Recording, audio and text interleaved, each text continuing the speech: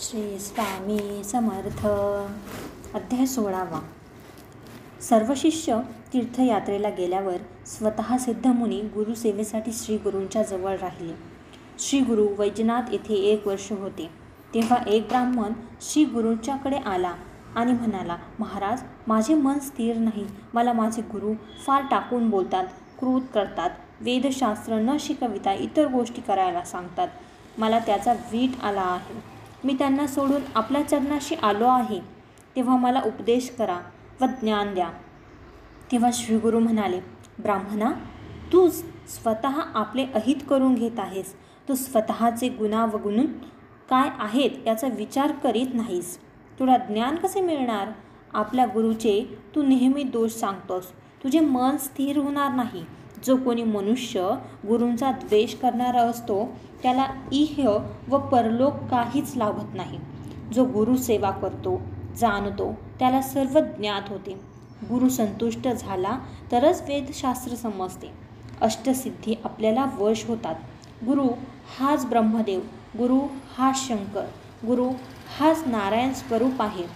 मनाचा निर्धार करून गुरुसेवा करावी. अशा प्रकारची गुरुसेवा करण्याने तो प्रसन्न झाला तर तात्काळ सर्व ज्ञान तो शिष्याला देऊ शकतो. त्यांनी धौम्य ऋषीचे 3 शिष्य गुरुकृपेस कसे पात्र ठरले याची पुढील कथा सांगितली होती. धौम्य ऋषीला एक शिष्य वेद याला म्हणाले, तू आता शेतात जा व तेथील पिकाचे रक्षण कर. शेतातील धान्य आश्रमात घेऊन ये. गुरु आज्ञेप्रमाणे तो शेताकडे गेला आणि शेतातील तयार झालेल्या धान्याची तेथील नोकरासह कापणी, झोडणी वगैरे कामे करून धान्य पोत्यांमध्ये भरून ठेवले. ते आश्रमात आणण्यासाठी गुरूंनी त्याला एक गाडा दिला. त्याला रेडा जुंपला व तो शेतातून धान्य आणण्यासाठी गेला. शेतातील 2 खंडी भात त्याने गाड्यावर ठेवले. एकीकडे रेडा व दुसरीकडे स्वतः असे दोघे मिळून गाडा आश्रमात आणू लागले. वाटेत एका ठिकाणी तो रेडा चिखलात रुतला. त्याला गाड्याच्या वजनामुळे पुढे जाता येईना, परंतु गाडा ओढताना त्याच्या गळाला फास बसू लागला. म्हणून त्याने रेड्याला गाड्यापासून सोडवले. शिष्यांनी केलेल्या प्रयत्नांची पराकाष्ठा पाहून गुरु त्याच्यावर प्रसन्न झाले. त्याला आलिंगन देऊन तू वेदशास्त्रात पंडित होशील असा आशीर्वाद दिला. नंतर गुरु आज्ञेप्रमाणे तो आपल्या घरी गेला. अशा प्रकारे धौम्य ऋषींनी अरुणी व उपमन्यू या आपल्या इतर 2 शिष्यांची सुद्धा परीक्षा घेतली. त्यांची गुरुनिष्ठा व प्रेम पाहून त्यांनाही वेदशास्त्र संपन्न केले. नृसिंह सरस्वती त्या ब्राह्मणाला म्हणाले, गुरुला संतुष्ट केल्यास असाध्य असे काही नाही.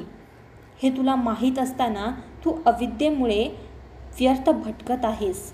एकदा माणसाचे मन मोडले की ते पुन्हा एक होणे फार कठीण असते. हे ऐकून त्या ब्राह्मणाला पश्चाताप झाला. आपली चूक त्याच्या लक्षात आली, परंतु परत गुरुकडे जाण्यास मन तयार होईना. म्हणून त्याने स्वामींना सांगितले, माझे शरीर गुरुद्रोह करणारे आहे. तेव्हा आता मला मरणाशिवाय दुसरा मार्ग नाही. तेव्हा श्रीगुरूंनी त्याची समजूत घातली आणि त्याला अविचारापासून परावृत्त केले. तेव्हा ब्राह्मणाने श्रीगुरूंच्या चरणी वंदन केले. तुम्ही जगद्गुरू असून त्रिमूर्तींचे अवतार आहात, तरी आपण माझा उद्धार करावा असे सांगितले.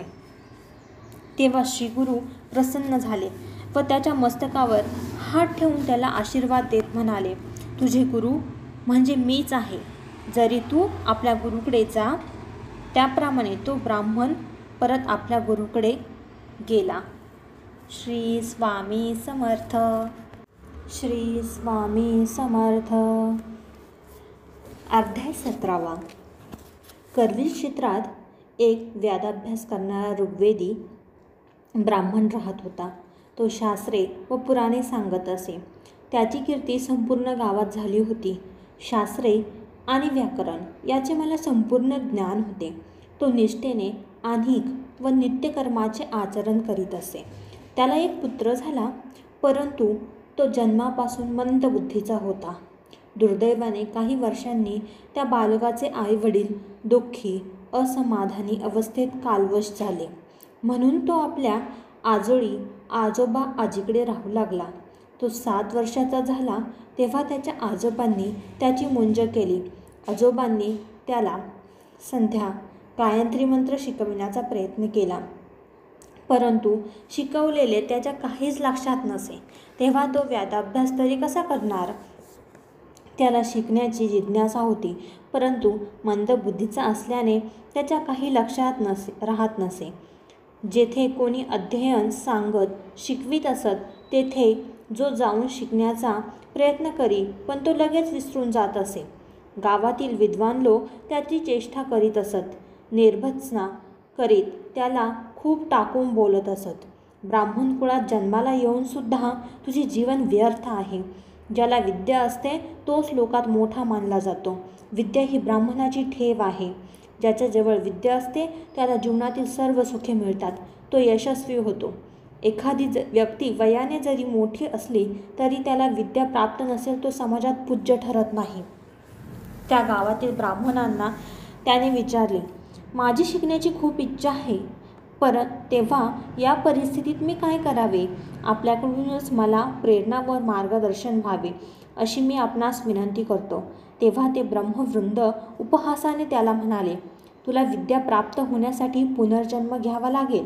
या जन्मात तुला विद्या प्राप्त होणे शक्य नाही. हे ऐकून तो बालक अत्यंत निराश झाला व तो गाव सोडून जाण्यास निघाला. वाटेत अरण्यातून जात असताना अनेक वाईट विचार त्याच्या मनात येऊ लागले. तो खिन्न मनाने जात असता त्याला वाटले, मला सगळे लोक दूषणे देतात, आता मी जगून काय उपयोग आहे? जीव देण्याशिवाय मला आता दुसरा मार्गच नाही. असा विचार करीत तो चालत असता भिलवडी गावात आला. पोटात काही अन्न नाही, रात्रीची वेळ. अशा अवस्थेत तो गावातील जगन्माता भुवनेश्वरीच्या मंदिरापाशी आला. देवीचे दर्शन घेतले आणि हात जोडून देवीला म्हणाला, माझी जीभ छाटून तुला अर्पण करीत आहे. जर तू मला दर्शन देऊन यातून मार्ग दाखविला नाहीस तर माझे मस्तक मी तुझ्या चरणी अर्पण करीन. असा निर्धार करून देवीच्या पायाशी बसून राहिला. थोड्या वेळाने तो निद्रेच्या अधीन झाला. तेव्हा स्वप्नात देवीने दर्शन दिले व म्हणाली, बाळा, तू माझ्यावर रागवू नकोस. कृष्णेच्या पैल तीरावर लवकर जा. तेथे एका औदुंबर वृक्षाखाली शंकराचेच अवताराचे महाबलशाली एक तपस्वी आहेत. ते तुझी इच्छा पूर्ण करतील. एवढे सांगून देवी अदृश्य झाली. असे नवलाचे स्वप्न पडले म्हणून तो आनंदित होऊन तेथून निघाला व कृष्णाच्या प्रवाहातून पोहत पैलतीरी आला. तेथे त्याला श्रीगुरूंचे दर्शन झाले. त्याचे चरणी मस्तक ठेवून मनामध्ये त्यांची प्रार्थना केली. त्यांनी प्रसन्न होऊन त्याच्या मस्तकावर हात ठेवला. तेव्हा श्रीगुरूंच्या स्पर्शाने त्याची जीभ पूर्ववत झाली व तत्काळ त्याला ज्ञान प्राप्त झाले. त्यांच्या हृदयात वेद, शास्त्रे, पुराणे, भाष्य, व्याकरण आदी सर्व ज्ञान प्राप्त झाल्याचे जाणवू लागले. परिसाचा स्पर्श होताच जसे लोखंडाचे सोने होते तसेच तद्वत श्रीगुरूंचा स्पर्श होताच त्याला सर्व प्रकारचे ज्ञान प्राप्त झाले. गुरुमहिमा असा असतो जे ज्या स्थानी असतात त्या स्थानाची महती तितकीच थोर असते. श्री स्वामी समर्थ.